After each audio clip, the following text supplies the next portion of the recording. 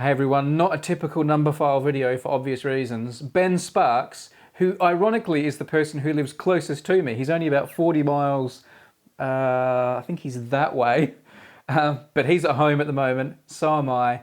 But we're going to have a talk via technology, hopefully. And what are we talking about, Ben? What are we going to try and discuss? I think there's a lot of videos and chat out there about how mathematicians are modeling the spread of the COVID-19 virus. And it's kind of like this sort of halcyon days for mathematical modelers. Despite it being a horrible circumstance, everybody is queuing up to ask the mathematician's opinion on what's going to happen next. And I guess it's a shout out. Mathematical modeling is what helps us predict what happens in the world in general. What I wanted to show you was a way of using one of the standard models of disease spread on a free piece of software that people can just try themselves and see that the modeling that people are doing to predict this is kind of accessible. I see you've got the honorary brown paper. Needs must. We've got to do something properly Numberphile. I actually don't have any physical brown paper that I could find, so I had to, get a screen grab of brown paper and put it in GeoGebra, which I'm going to use to show you a model of a disease spread. I hope that is an image taken from an actual Numberphile brown actual paper. Numberphile brown paper. Yeah, I mean, spared no expense. Yeah. So I'm going to try and build you a mathematical file in this program called GeoGebra, which anyone can try and follow along with. The program's free, so grab it if you want to try it. The three variables I'm going to use I've written on the screen already. Just checking you can see that, all right? I've got S for susceptible, meaning a bunch of people that are possibly able to get a disease. I for infected, people who have got the disease. And R for recovered, by which I mean are not infected anymore. To be honest, that doesn't necessarily mean recovered, right? They may be dead, which means they're not going to be infectious anymore. And that's the sad truth of modeling diseases like this, is that there are two ways out. You recover or you don't, but either way, you stop infecting people. I'm gonna use R for recovered. Some people call it removed, but I will forget to say that word. So I'm going to just use recovered, as long as you know what I mean. And we're going to build up, like all good mathematical models, some sort of simple, almost naive assumptions of how diseases spread, and follow the mathematical consequences of those simple things to make a prediction. And actually, GeoGebra will do the lifting, the heavy lifting for us. So happy for me to start chatting maths? Okay, I'm going to set up a population of size 1. This sounds a little bit confusing, but I'm typing into the top thing here, n equals 1, which is mean... I'm using like my entire population to mean like 100%. So 0 to 1 measures some fraction of a population. And the whole population is size 1. You can do these models with a large number, but everything just scales. So I'm just going to go with between 0 and 1, which is why my graph is 0 and 1 about here on the screen. I'm also going to set up some initial setup. So presumably there are some infected people in my population. Otherwise, you've got to be asking why you were doing the model.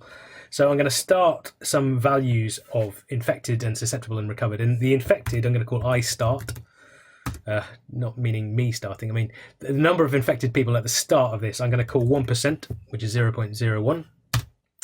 And everyone else is therefore susceptible. So the susceptible people at the start is going to be N, the total number of people, take away I start.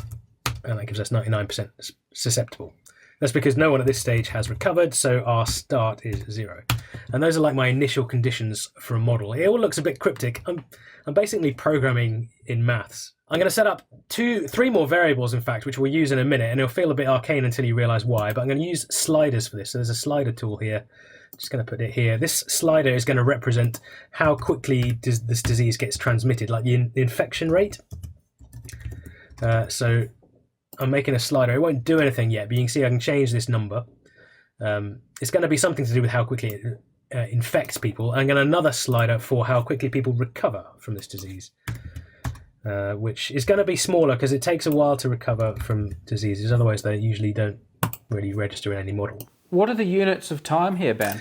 It doesn't actually matter. So we could pick a unit and run with it. Let's say days, but I'm not necessarily going to have the numbers right to model this in days. But then if you change the unit of time, you just have to change these parameters to reflect that. And we can do some, because they're on sliders, we can do the playing around with it later on to see if we can change the units. Okay, and at the moment they're called A and B. A and B, yeah. Do you want me to, I can give them different names if you like. Just to help me remember what they are. Well, let's rename it. Let's call this transmission. Let's call it trans. all coding has to have horrible names, right? But I just don't want to type in really long names all the time. Let's call it recov. So I've got a transmission rate and a recovery rate. And I'm going to use them to build some naive models. One more parameter I need, which is how long I'm going to let the model run for. You'll see why this is useful later. I'm going to call this the max time. I'm going to go up to about 20 for now. Okay, good. Now we're into the real maths. What I'm going to do is set up 3 what they call differential equations, which sounds scarier than it should. But these are equations which tell us the sort of naive assumptions we're going to make about these 3 numbers. What I want to know in the end is what these numbers are over time. How many are susceptible, how many are infected, and how many are recovered. But what I can't tell you is straight away what those numbers are. I can guess, though, at how quickly they're going to change depending on various things. So I'm going to write down 3 equations which tell me about the rate of change of these things. The first one is called S dash. I'm going to call it S dash. And that is sort of mathematical code for, if you were going to write it longhand, maybe ds dt. If you know any calculus, that's the derivative of s with respect to time.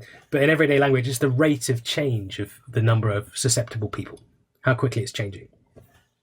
And it's going to depend on time. So this bit looks technical, but I'm typing in a bunch of variables. The rate of change of susceptible people depends on time and the number of susceptibles and the number of infectives and the number of recovereds. All of these things might affect that. But in practice, and here, this is the first time we actually get some maths written on the screen, the rate of change of susceptibles is negative because the number of susceptible people will go down because they're getting infected. Does that bit make sense? And we're working on this assumption that once you've been infected, if you've recovered or died, you can't get it again. Yeah. We are assuming in this particular model of disease that once you've infected and recovered, you are now sort of immune in some sense. So you don't become susceptible again. The thing is, if you've got loads of susceptible people and a few infected people, at first anyway, the susceptible people will go down. So what I'm expecting here is a negative rate of change, which is why I've got a negative sign at the top of the screen there. And it's going to depend on 3 things. One is the parameter A, which I've called trans now. The transmission rate. And that will also depend on how many people are susceptible. So if there's lots of susceptible people, you can imagine we're going to lose them to infections quite quickly, and also depend on how many infected people there are. So this is relatively simple. There's a number, the transmission rate, multiplied by the susceptible people multiplied by the infected people. And it's negative because the susceptible people are going down. They're going to turn into infected people. So that is my first equation. It's a differential equation. It's a rate equation. That's what it means by differential equation. And we need to do 2 more for the other 2 variables. And it's not too bad. So I'm going to go with I next. I dash is going to depend on the same 4 possibilities here. But this time, the first bit is obvious because if people were susceptible, and that's what this first equation we typed in was capturing, they're going to become infected next. So anything that's gone away from susceptible has become infected. So it's exactly the same as what I just wrote down, but this time positive. Oh. So you can see it's the same thing, transmission rate times S times I, but this time it's not got a negative sign because the infected people are going up, presumably if they're moving from susceptible to infected. However, I hope we are aware that some people can recover, and so that will cause the number of infecteds to go down. So I need a negative bit, and this is where the recovery bit comes in. I've called it recov, is that right? And that will depend on how many people are infected. The more people are infected, the more people that can recover, obviously, at a certain rate. So that's got the I number in there as well. I notice you're not attaching any like weightings or anything to these numbers. No. It all seems like a really one-to-one. There are 2 weightings. The 2 weightings are these precise numbers, transmission rate and recovery rate. So there are weightings, but I'm trying to keep the model simple. So there's at the moment it's 3.2, and that'll affect how many people are going to move from susceptible to infected. And the recovery rate is going to affect how many people move from infected to recovered. So those are the weightings, if you like, but they're the only parameters. And this is the thing with models. You start simple, and you realize that even simple models can capture behavior, and then you upgrade the models, which will be a whole week's course instead of a single video. Let's do one more equation, which is the R dash, the rate of change of recovered people. So the same 4 variables in here. And this time, it's a simple end again, because anyone who's infected and now recovered is going to move into this category. So it's precisely the term I just had at the end of the infected rate, but this time positive. So the recov multiplied by the number of infected. So actually, there are only 2 terms in this. There's the negative version in the susceptible to infected one, and it ends up negative there and positive there. And then the infected one you've got in the negative people, that's recovering from infected to recovered. So it ends up negative there and positive there. So that was the hard bit, and that's the modelling bit. That's what mathematicians get paid for, to come up with these models. To be honest, they're not rocket science. They're sensible guesses at how things might behave. Solving these equations is a different matter. Before we do that, I'm just going to change the colours so we can keep track of this. So susceptible, we made blue. Infected, we had a sort of browny red, and recovered, let's go with green. Is that all right? Can you see those colours okay? Ben's colourblind, by the way, people, which is why he's asking me all the time. He's got no idea. I had a long chat with Brady about, is that actually red? Anyway, we're going to go with this. We've got a browny red infected colour, which is, maybe suitable. Right. Yeah. So if you want to solve differential equations, then you need to go and study some serious maths. And I'm not here to teach you to solve differential equations. What's nice about mathematicians is that they have programmed computers to do numerical solution, just like a calculator can solve equations for you. GeoGebra here can solve differential equations. So I'm going to type in here a command called nsolve. In fact, there it is, nsolve ODE. The ODE stands for ordinary differential equation. Mathematicians are as bad as everyone else at coming up with acronyms that no one recognizes, but ordinary differential equation. In this case, it's a system of 3 differential equations, and this command is just going to spit out the solution. So this is the exciting bit. You just get to type it in, and it should do all the work for us. First of all, I need a list of derivatives, and that's the 3 things I just typed in. These are rate equations or derivatives. In GeoGebra, you need curly brackets for a list. So it's S dash, I called it, and then I dashed, and then R dashed. Close that list. It asks for the initial x coordinate, and on our scale x-axis is time, so we're going to start at time 0. And we want a list of initial y coordinates, or in this case, the initial values of our 3 functions. And those are the things I set up at the very beginning. So let's go in the same order. S start, the number of people starting susceptible. And then I start, I think I did in that order, and then R start. Finally, I need a final x coordinate, and this is why I set up a max time thing, because it's going to tell me how long to go on the simulation for. Now, it's already done something. That's my command. That's the sort of magic of using a piece of software to solve an equation for you. If I hit return, it has done 3 things, which look kind of down here. They don't look very complete yet. But can you see that one of them is going down, one of them's going up, and one of them's going up a little bit more slowly? Is that they're all black? We'll sort out the colours because GeoGebra doesn't do the colours for us. I wish it did, frankly, for my own colour vision deficiency. But I can also increase the time it carries on. So you can see this is the important bit. When I crank up the time, you can see how these things develop over time. And actually, it'd be much nicer to see this with colours. So let's rewind that and put some colours on. The first one it solved is S. So let's rename that to be S and make it excitingly blue. I don't know about why blue is exciting. The next one is that our browny red. Rename that to be infected. And finally, we've got recovered. And that was a green. Did I click? Yeah. And finally, let's just make them nice and thick. And now we can see, I can even just animate this and right click and animate it. And you can see what happens to the numbers of susceptible, infected, and recovered over time. It might be worth guessing what you think will happen, but let's just click go.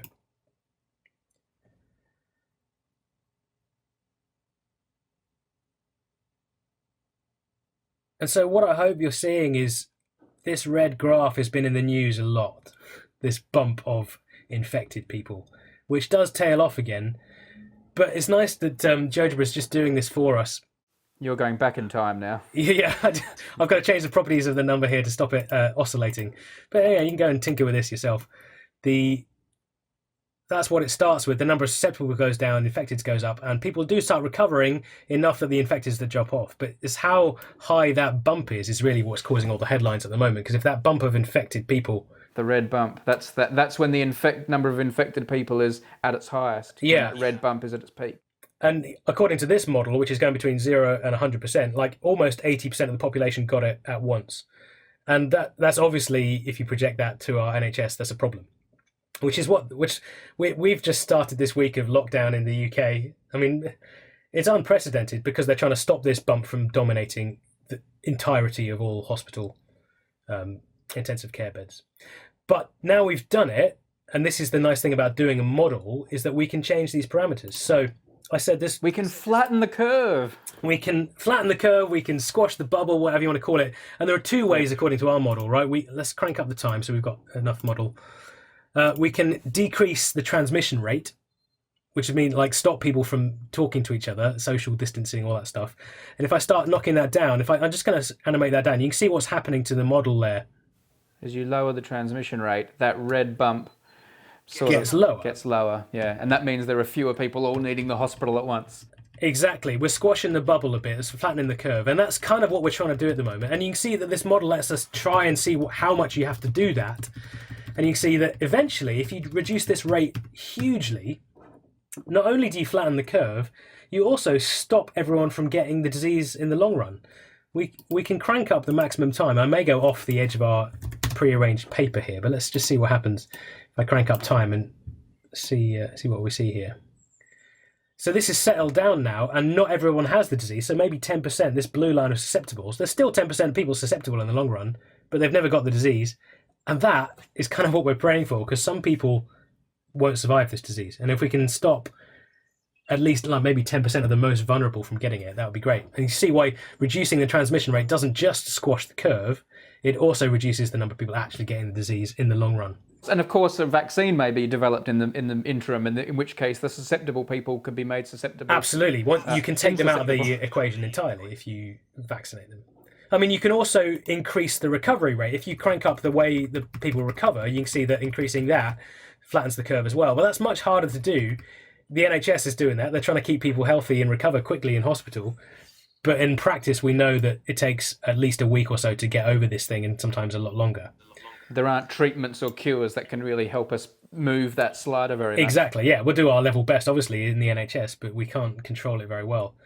And what you might have heard some people talking about on the sort of chat shows about modelling this stuff is something called R0, which is the sort of a rate of infection. It's actually a comparison of these two numbers. So it's one divided by the other. If I do transmission divided by recov, that number, let's just crank it onto the screen there. We should call it R0 for the sake of the... Yeah, let's call it R0. That sounds sensible, you know. It's confusing calling it R0 sometimes because it might also refer to the R start, which was... But anyway, this is R0 meaning some sort of reproduction rate. And you can see that we think the R0 for the COVID-19 is about 3, perhaps. And it's kind of like a ratio of these two things. But this is possibly a good model for our disease we're looking at now. And obviously we haven't sorted out the units of time, but even maybe it's about right. The number of days might spike in about 2 weeks from when things start off. I'm not doing a full analysis, but you can see that even in a free piece of software with 3 basic differential equations, it solves it for you, and you can begin to get a predicting model that tells us what's going to happen in the future.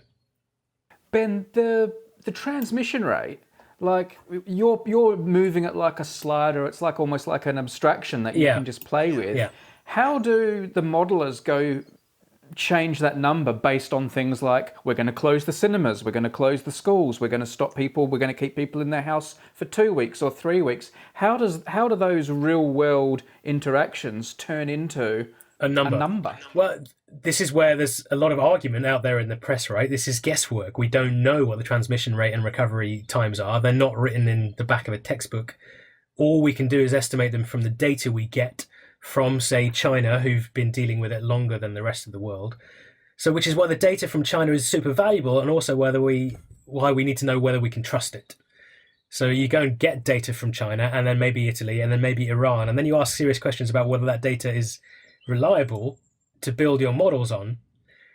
And then you start saying, well, if we social isolate, maybe we can reduce this by a certain amount, and you have to look at other studies that have been done to see how much certain actions will reduce that. But it is guesswork. This is why having a model is super important, because you can't do the guesswork live and wait to see if everyone dies, because it's just not how things should run. One thing that was absolutely clear, though, is no matter what happened, whenever you slid the transmission down, the red bump flattens. Yeah, so and it flattens a lot. Even if we don't know how much it's flattening, it does flatten it. Absolutely. And the more we can flatten it, the better. The actual details of exactly what numbers we need to keep our society safe is guesswork from everybody, which is why, I mean, the government has got a difficult job, and everybody's going to be second-guessing them, including experts, and including the experts that they're relying on for their information. But it's important stuff, and for once, you've got to listen to the mathematicians, because they're the only ones with the access to this model to predict what will happen. Oh, and Numberphile viewers now can make their own model. And Numberphile videos, because they're all going to be making their own model. So there is a file I made earlier, which this file here, which I just put a little animation on, so you can see these numbers tracking over time. On this one, I've left it as A and B, but people can make their own and come up with their own labels on this. And actually, I think realizing that the model is within their own grasp is, well, certainly, it's kind of useful for me. I'm a mathematician, but I have to go and dig up my knowledge on these things and think, oh, how do I program this? And it turns out to be not that hard, particularly if the computer will do the grunt work of solving the things for you. Ben, as a math guy, as you've been following this pandemic as it unfolds and the way it's been covered in the media and social media and things like that, how have you felt about the way that lay people are grasping the mathematics? And how well do you think it's being explained? I think it's hard to explain well because, like all maths, it needs a bit of a run-up. Even in this description, I've been talking about differential equations. If you're not sure what a rate of change or differentiation is, then that run-up needs to happen to make you comfortable with the rest of the explanation. But the number of people who've been talking about exponential growth, logarithmic scales, which most Numberphile viewers will be familiar with, it turns out they're desperately important to discuss the sort of epidemics that we're seeing. So it's been fascinating and sobering to realize sometimes in our mathematical world we think we live in these abstract things, but this is desperately important in a very real life way. So that's both exciting for me as a maths educator, like people realize this is important, and sobering because it does seem to be the crises when we notice that it's important. When everything's running normally, we don't really notice that these models are important. So in the video description for this video, I'm going to put some links to some files from Ben, more stuff that you can tweak and play around with. I'm also going to link to some other YouTube videos that have been made by other creators that are really good about what's going on with coronavirus and the pandemic. But Ben, I want you to stay inside and go and wash your hands. You too, Brady. A test, and you get that letter in the mail saying, you have tested positive for this disease. If you get that letter, if you're anything like me, your stomach falls into your feet and you start to worry, a question that mathematics can help us answer is, how worried do you really need to be? Maybe very worried, maybe not at all.